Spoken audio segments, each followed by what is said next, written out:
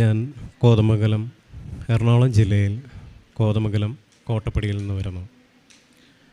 ഇപ്പോൾ എൻ്റെ സാക്ഷ്യം, ഞാനിവിടെ നിൽക്കുന്നു എന്നത് തന്നെയാണ് എൻ്റെ സാക്ഷ്യം.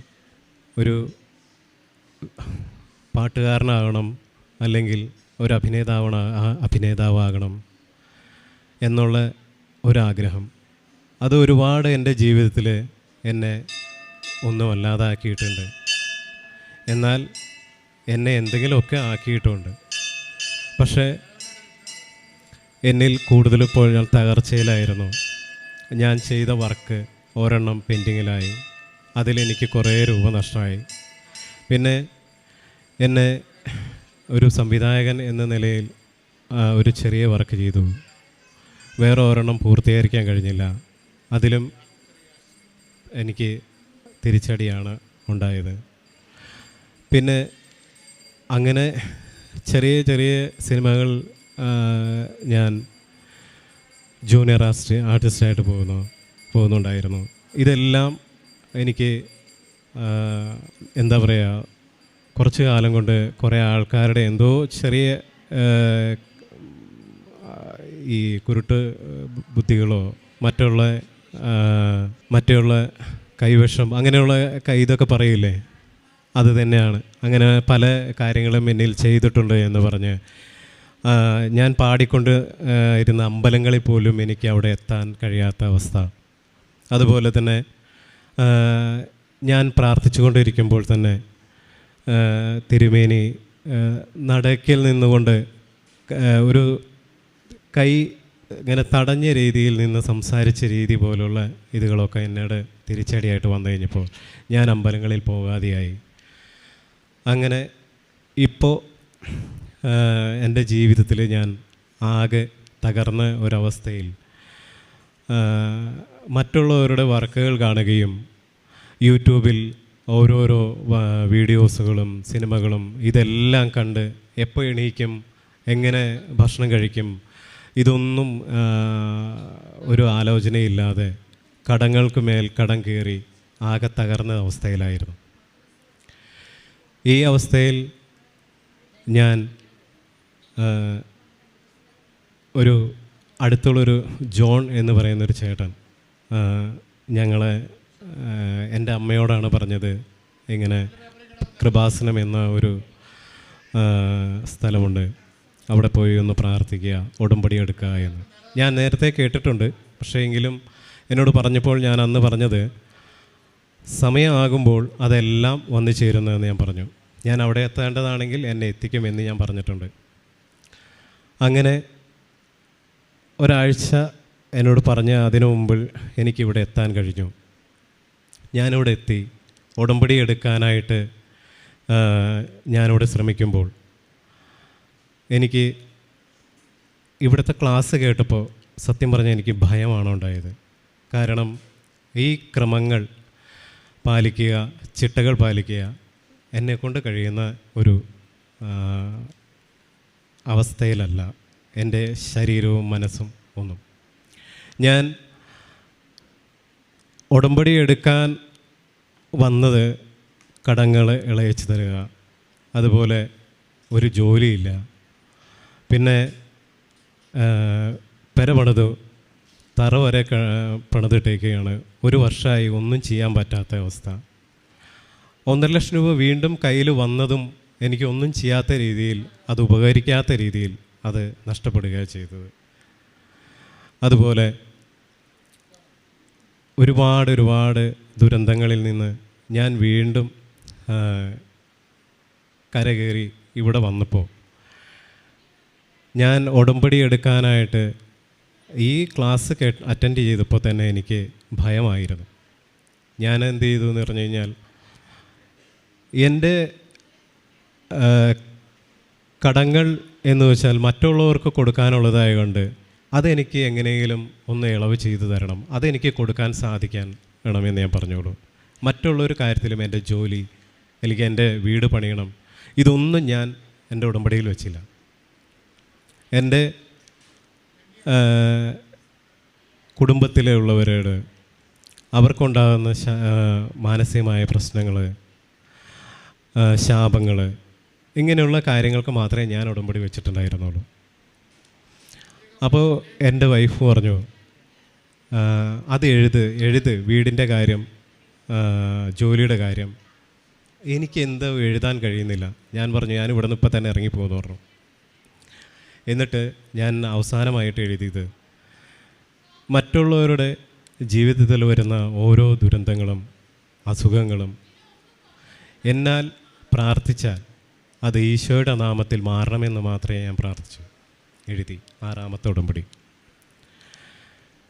ഞാൻ ഉടമ്പടി എടുത്തു, വീട്ടിൽ ചെന്ന് പ്രാർത്ഥിച്ചു.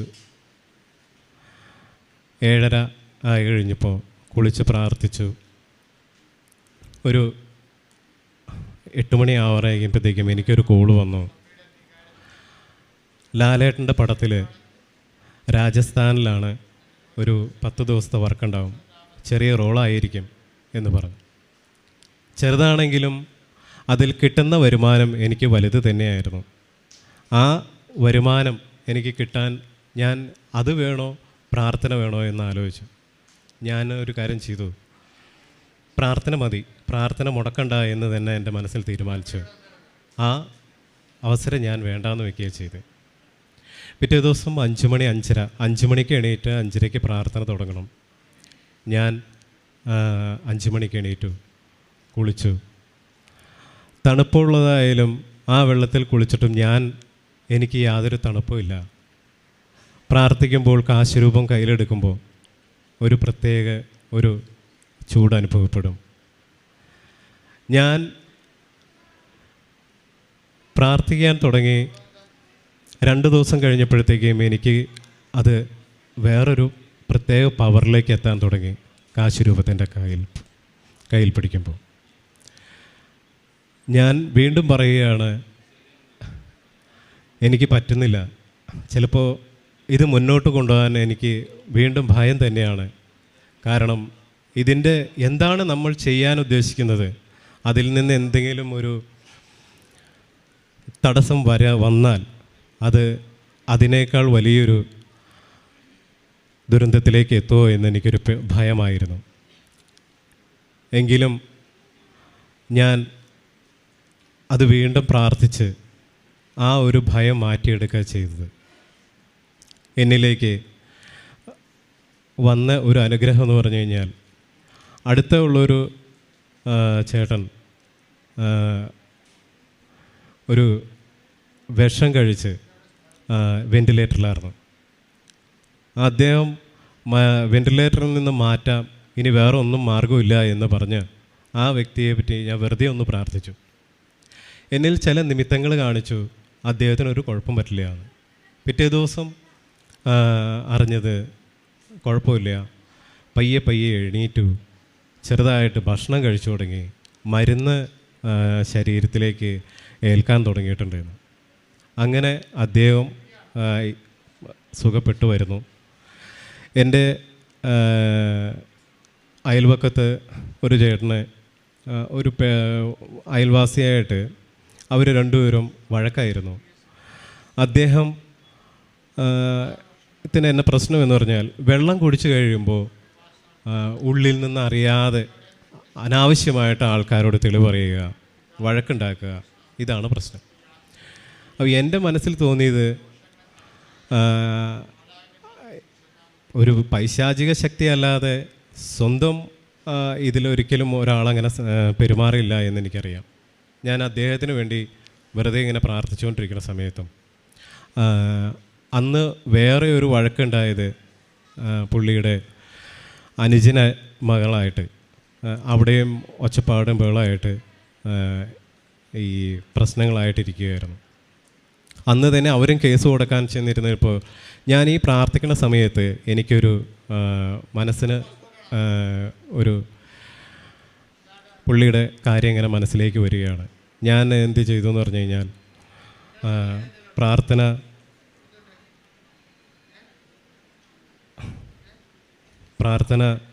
വെറുതെ മനസ്സിൽ വന്നത് അദ്ദേഹത്തിനോട് എന്തെങ്കിലും പോയി സംസാരിക്കണം, അവരുടെ വീട്ടുകാരോട് പോയി എന്തെങ്കിലും സംസാരിക്കണമെന്നാണ്. ഞാൻ എന്ത് സംസാരിക്കും എന്ന് എനിക്കറിയില്ല. ഇത് സംസാരിച്ചാൽ പിന്നീട് ഉണ്ടാകുന്ന വിഷയങ്ങൾ എനിക്കറിയില്ല. ഞാൻ മനസ്സിൽ കർത്താവിനോട് പറഞ്ഞു, ശരിക്കും പ്രാർത്ഥിക്കണം, ഇദ്ദേഹത്തിന് വേണ്ടി സംസാരിക്കണമെന്നാണെങ്കിൽ, അവരുടെ വീട്ടിൽ പോയി പോകണമെന്നാണെങ്കിൽ എനിക്കൊരു വെളിപാടുണ്ടാക്കി തരണമെന്ന് പറഞ്ഞു. ഞാൻ പ്രാർത്ഥിച്ചുകൊണ്ടിരുന്ന ആ സമയത്ത് തന്നെ എനിക്കൊരു നിമിത്തം ഉണ്ടാകുകയാണ്. ഞാൻ വൈഫ് കയറി വന്നപ്പോൾ അവൾ എന്നോട് ചോദിച്ചു, ഞാൻ പറഞ്ഞു നമുക്ക് ഇപ്പം തന്നെ ആ വീട്ടിലേക്ക് പോകാം, എനിക്ക് ജോയി ചേട്ടനെ കാണണമെന്ന് പറഞ്ഞു. അപ്പം അവിടെ ചെന്ന് പ്രസക്ത ഭാഗങ്ങൾ ചുരുക്കി പറയുക. തീർച്ചയായിട്ടും എന്ത് സംസാരിക്കും എന്നെനിക്ക് എന്നോട് ചോദിച്ചു കഴിഞ്ഞപ്പോൾ ഞാൻ പറഞ്ഞു, നീ ഇതുവരെയായിട്ടും ഇവിടെ ഒരു കുയിലിൻ്റെ ശബ്ദം കേട്ടിട്ടുണ്ടോ എന്ന് ചോദിച്ചു. ഇല്ല എന്ന് പറഞ്ഞു. ഇപ്പോൾ നീ കേൾക്കുന്നുണ്ടോ എന്ന് ചോദിച്ചു. ഉണ്ടെന്ന് പറഞ്ഞു. എന്നാൽ ഇപ്പം തന്നെ പോയി സംസാരിക്കാമെന്ന് പറയുകയാണ്. അങ്ങനെ ഞാൻ ആ വീട്ടിൽ ചെന്ന് സംസാരിക്കാൻ നേരത്ത് ആ ചേച്ചി എന്നോട് പറഞ്ഞത്, മാതാവിൽ എനിക്ക് വിശ്വാസമുണ്ട്, ദൈവത്തിലും എനിക്ക് വിശ്വാസമുണ്ട്. പക്ഷേ ഉടമ്പടി വന്ന് ചേരാനും ഉടമ്പടിയിൽ പങ്കെടുക്കാനും അത് കഴിയുമെന്ന്, അതിന് വേണമെന്ന് എനിക്ക് തോന്നുന്നില്ല എന്ന് പറഞ്ഞു. ഞാൻ പറഞ്ഞു, ചേച്ചിക്ക് ഒരാൾ ഒരു 100 കിലോ സ്വർണ്ണം തന്നാൽ ചേച്ചി എന്ത് ചെയ്യും? അത് കൊണ്ടുവരാൻ കഴിയുമോ? അതോ ചേച്ചി എവിടെ പോവുകയെന്ന് ചോദിച്ചു. ആദ്യം അദ്ദേഹത്തിൻ്റെ അടുത്ത് പോവോ വേറെ എവിടെയെങ്കിലും പോവുമെന്ന് ചോദിച്ചു. അപ്പോൾ ചേച്ചി പറഞ്ഞു, ഒന്നും മിണ്ടാതെ നിന്നപ്പോൾ ഞാൻ പറഞ്ഞു, ഒരു 100 കിലോ സ്വർണം നമ്മൾക്ക് കിട്ടുക എന്ന് ചോദിച്ചാൽ നമ്മൾ ഓടിച്ചെന്നത് മേടിക്കാൻ നമ്മളെ കൊണ്ട് കഴിയുമോ? ഇല്ല. കാരണം അത്രയും ഭാരം നമ്മൾക്ക് താങ്ങാനുള്ള ശക്തിയില്ല. പക്ഷെ നമ്മൾ എന്തുകൊണ്ട് നമ്മളുടെ ശരീരം നമ്മളെ അതിനെ പാകപ്പെടുത്താൻ നമ്മൾ ആദ്യം ഒരു ജിമ്മിൽ പോകണം. നമ്മളുടെ ശരീരത്തിന് ആ ഭാരം താങ്ങി എടുക്കാനുള്ള കരുത്താകുമ്പോൾ നമ്മളത് മേടിക്കാനുള്ള ഇതിലെത്തണം. അതാണ് കൃപാസനമെന്ന് എൻ്റെ മനസ്സിൽ തോന്നി. ഞാൻ അങ്ങനെ സംസാരിച്ചു. ആ സംസാരം ആ ചേച്ചി അപ്പം തന്നെ ഉൾക്കൊള്ളുകയാണ് ചെയ്തത്. ഞാനത് കഴിഞ്ഞിട്ട് ഈ ചേച്ചിയോട് ഒന്നേ പറഞ്ഞുള്ളൂ, ചേച്ചിയോട് ആരെങ്കിലും എന്തെങ്കിലും തെറ്റ് ചെയ്തിട്ടുണ്ടെങ്കിൽ അത് ക്ഷമിക്കുക, ചേച്ചി ആരോടെങ്കിലും തെറ്റുകൾ ചെയ്തിട്ടുണ്ടെങ്കിൽ അതിന് മാപ്പ് കൊടുക്കുക എന്ന് പറഞ്ഞു. തിരിച്ച് ഞാൻ പറഞ്ഞു, അവരുടെ വീട്ടിൽ ഞാൻ പോയി സംസാരിക്കണമെന്ന് ചോദിച്ചു. അങ്ങനെ മോനെ അവരോട് ഒന്ന് പോയി ഞാൻ പോയി സംസാരിച്ചാൽ അവർ ഉൾക്കൊള്ളില്ല എന്ന് പറഞ്ഞു. അവരുടെ വീട്ടിലേക്ക് ഞങ്ങൾ ചെന്നു. അവിടെ ചെന്ന് കഴിഞ്ഞ് ആ ചേച്ചിയോട് ഇങ്ങനെ സംസാരിച്ചു. എന്ത് ചെയ്താൽ ആ ചേച്ചി ഉൾക്കൊള്ളുന്നില്ല. അവർ കേസ് കൊടുക്കും തന്നെയാണ് അവർ പറയുന്നത്. അവസാനം ഞാൻ എൻ്റെ പോക്കറ്റിൽ കിടന്ന കാശ് രൂപം എൻ്റെ കയ്യിലേക്ക് എടുത്തു. അപ്പോൾ ഞാൻ പറഞ്ഞു, ചേച്ചി ഇന്ന് ചേച്ചിക്ക് അദ്ദേഹത്തിനോട് എന്തെങ്കിലും ചെയ്യാൻ കഴിഞ്ഞാൽ ഇന്ന് ചെയ്യാൻ കഴിയും. ആ കേസ് ഒഴിവാക്കിയാൽ ആ ബെയിൽ ക്യാൻസലാവാതെ, വേറെ ഒരു കേസിൻ്റെ ബെയിൽ ക്യാൻസലാകാതെ അദ്ദേഹത്തിന് ഇത് ഒഴിവാക്കാൻ കഴിയുമെന്ന് പറഞ്ഞു. അപ്പോൾ ആൾ പറഞ്ഞു, ഞാൻ നോക്കട്ടെ, ഞാൻ തന്നെയല്ല, എൻ്റെ മക്കളും ഭർത്താവുമാണ് ഇതിന് ശരിയായ, അവരാണ് ഇത് നോക്കുന്നത്, എന്നെക്കൊണ്ടൊന്നും ചെയ്യാൻ കഴിയില്ല എന്ന് പറഞ്ഞു. ഞാൻ പറഞ്ഞു, ഞാനൊരു സ്ഥലത്ത് ആളെ കൊണ്ടുപോയി എന്നെക്കൊണ്ട് മാറ്റാൻ കഴിയുമെന്ന് എനിക്കൊരു വിശ്വാസമുണ്ട്, ഞാൻ അവിടെ കൊണ്ടുപോയി മാറ്റുമെന്ന് പറഞ്ഞു. അപ്പോൾ ചേച്ചി പറഞ്ഞു, ആ കാശുരൂപം എടുത്ത് സംസാരിച്ചതിൽ മാത്രം അവർ അതിൽ മനസ്സ് ഇളവപ്പെട്ട് ഞാനത് ചെയ്തു തരാം, എന്തെങ്കിലും ആവോ എന്ന് നോക്കി ചെയ്തു തരാം പറയാമെന്ന് പറഞ്ഞു പോയ ആൾ അവർ കേസ് കൊടുത്തില്ല, ഒഴിവായി. അങ്ങനെ ഒരനുഭവം കൂടി എൻ്റെ മനസ്സിലുണ്ടായി. പിന്നീട് എൻ്റെ കൂട്ടുകാരൻ എന്നോട് ഒരു ദിവസം വിളിച്ചിട്ട് പറഞ്ഞു, അച്ഛൻ മരിച്ചു എന്ന് പറഞ്ഞു. ഞാൻ സാധാരണ മരണ വീടുകളിൽ പോവാറില്ല. കഴിയുമെങ്കിൽ എവിടെയാണോ അവിടെ ഇരുന്ന് ഒന്ന് പ്രാർത്ഥിക്കാറ് മാത്രമേ പതിവുള്ളൂ. കാരണം എനിക്ക് ഭയമായിരുന്നു, അല്ലെങ്കിൽ വേറെ എന്തോ ഒരു ഇതായിരുന്നു മരണ വീടുകളിൽ പോവുക എന്ന് പറഞ്ഞു. പക്ഷെ ഞാൻ അവിടെ ചെല്ലും. അവൻ കുളിപ്പിക്കേണ്ട സമയമായി, ശരീരം അവനെ കൊണ്ട് എന്നെ വിളിച്ചു. അവനാണ് ആ കർമ്മം ചെയ്യേണ്ടത്. പക്ഷേ അവനത് ചെയ്യാൻ കഴിയാതെ വന്നു കഴിഞ്ഞു, മനസ്സിന് സാന്നിധ്യമില്ലാത്ത വന്നപ്പോൾ എന്നോട് പറഞ്ഞു ചെയ്യാൻ പറഞ്ഞു. അങ്ങനെ ആ ശരീരം കുളിപ്പിച്ച് ഞാൻ എന്നെക്കൊണ്ടാകുന്നത് അങ്ങനെ ചെയ്തു. പിന്നീട് അവൻ വേറെ ഒരു ദിവസം എന്നോട് വിളിച്ചു പറഞ്ഞു, ഇങ്ങനെ പട്ടയം കിട്ടിയിട്ടില്ല, ആ വീടിൻ്റെ അത് പട്ടയം കിട്ടിയാലാണ് അവൻ്റെ സ്ഥലത്തുള്ള കുറച്ച് മരങ്ങളൊക്കെ വെട്ടി വിൽക്കാൻ കഴിയുള്ളൂ. അത് ഒരുപാട് നാളായിട്ട് മുടങ്ങിക്കിടക്കുകയാണ്. ആ മുടങ്ങിക്കിടക്കുന്നത് എങ്ങനെയെങ്കിലും ഒന്ന് പട്ടയം ഒന്ന് കിട്ടി ബോധിക്കാൻ വേണ്ടിയിട്ട് അവൻ പ്രാർത്ഥിക്കാൻ എന്നോട് പറഞ്ഞു. അപ്പോൾ ഞാൻ പ്രാർത്ഥിച്ചു കഴിഞ്ഞപ്പോൾ അവൻ ഒരു അരമണിക്കൂർ കഴിഞ്ഞ് എന്നെ വിളിച്ചു. നീ പ്രാർത്ഥിച്ചപ്പോൾ അവരെന്നോട് പറഞ്ഞു, ലീവിലായിരുന്ന ആൾ ഇന്ന് ലീവിലാണ് ഉദ്യോഗസ്ഥൻ, അതുകൊണ്ട് തിരിച്ചു പോയിക്കോളാൻ പറഞ്ഞു. തിരിച്ച് ഒരു അരമണിക്കൂർ കഴിഞ്ഞപ്പോൾ എന്നെ വിളിച്ച് അവർ പറഞ്ഞു, ആൾ വന്നിട്ട് ഉണ്ട്, അത് പട്ടയം അപ്പോൾ തന്നെ അവനെ വിളിച്ച് അങ്ങനെയും അതും റെഡിയാക്കി കൊടുക്കുക ചെയ്ത്. എൻ്റെ അച്ഛൻ തളർന്ന് കിടക്കുകയായിരുന്നു. കുറച്ച് പയ്യെ എഴുന്നേറ്റ് നടക്കും, പ്രശ്നങ്ങളൊക്കെയുണ്ട്. എങ്കിലും ഞാൻ പിന്നീട് ഈ തൈലം പുരട്ടി, ഇവിടുന്ന് കിട്ടിയ തൈലം പുരട്ടി പ്രാർത്ഥിച്ചപ്പോൾ അദ്ദേഹം കുറച്ചുകൂടെ ആരോഗ്യവാനായി, മനസ്സിനും ശരീരത്തിനും ഒരു ഉന്മേഷമുണ്ടായി.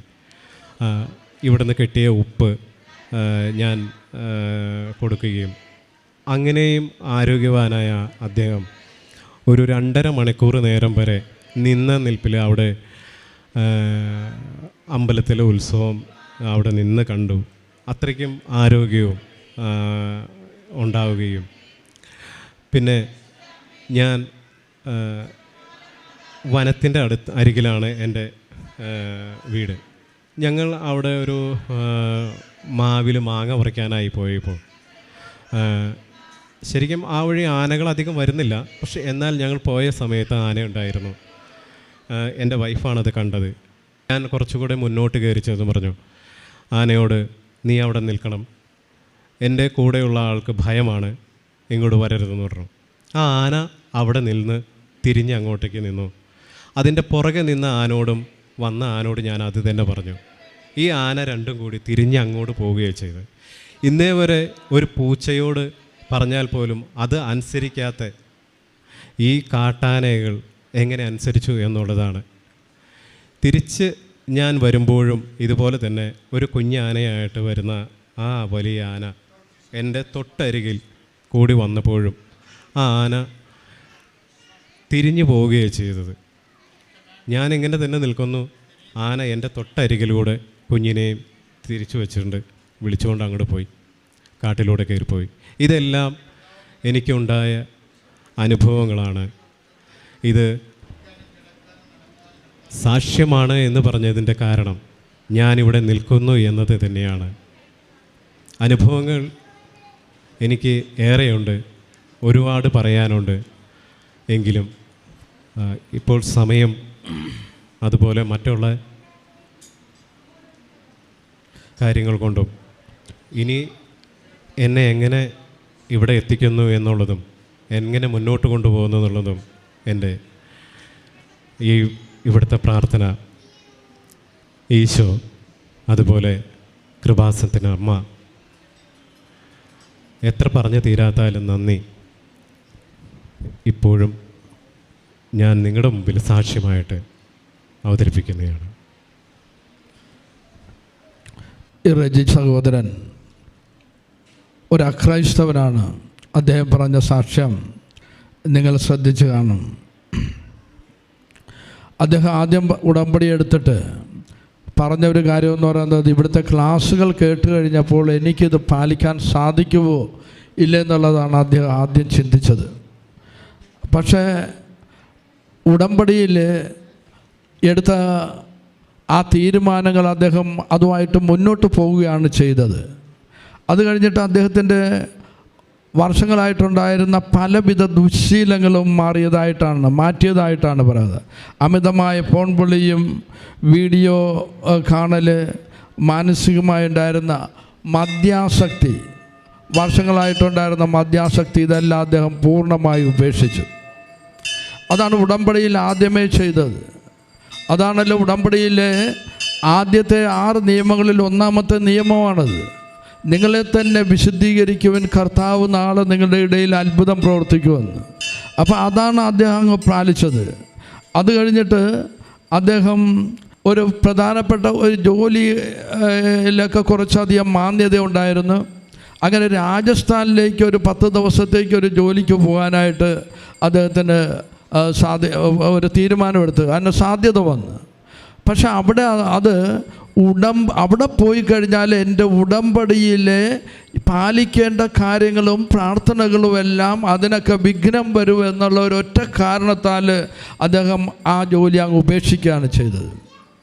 അവിടെ പോകേണ്ടത് അത്യാവശ്യമായിരുന്നു. സാമ്പത്തികപരമായി വളരെയേറെ ബുദ്ധിമുട്ട് അനുഭവിക്കുന്ന അവസ്ഥയിലുമായിരുന്നു. അങ്ങനെ പരിശുദ്ധ അമ്മ വഴി ഈശോയുമായിട്ട് ചെയ്ത ആ ഉടമ്പടിയിൽ ആ ഒരു കാര്യം മാറ്റിവെച്ചുകൊണ്ട് ഉടമ്പടിയിലുള്ള നിയമങ്ങളും നിബന്ധനകളും പാലിക്കാൻ തീരുമാനമെടുത്തപ്പോൾ തന്നെ അവിടെ വലിയൊരു അത്ഭുതം നടക്കുകയാണ് ചെയ്തത്. അദ്ദേഹം ഉടമ്പടി കാശുരൂപം കയ്യിലെടുക്കുന്ന സമയത്ത് വലിയ ഒരു പവറാണ് അതിലുണ്ടാകുന്നതെന്നാണ് സാക്ഷ്യത്തിൽ പറയുക ഇവിടെ എഴുതി വരിക്കുന്നത്. കരണ്ടടിക്കുന്നത് പോലെയുള്ള അനുഭവം. അത് വെച്ച് പ്രാർത്ഥിക്കുമ്പോൾ പലർക്കും രോഗസൗഖ്യങ്ങൾ ലഭിക്കുന്നെന്നാണ് പറയുന്നത്. അത് ഇൻറ്റൻസീവ് കെയറിൽ കിടന്ന ഇൻറ്റൻസീവിൽ കയറി കിടന്നിരുന്ന വിഷം, കൂടുതൽ അമിതമായ വിഷം പോലും മരിക്കുമെന്നുള്ള ഘട്ടത്തിലായിരുന്ന ICUവിൽ നിന്ന് ഇറക്കുവാൻ സാധിക്കുന്നില്ല. വെന്റിലേറ്ററിൽ നിന്ന് ഇറക്കാൻ പറ്റാത്ത ഒരു വ്യക്തിക്ക് വേണ്ടി അദ്ദേഹം പ്രാർത്ഥിച്ചപ്പോൾ, ഈ കൈശുരൂപം കയ്യിൽ പിടിച്ചുകൊണ്ട് പ്രാർത്ഥിച്ചപ്പോൾ ഉടനെ തന്നെ ആ വ്യക്തിയെ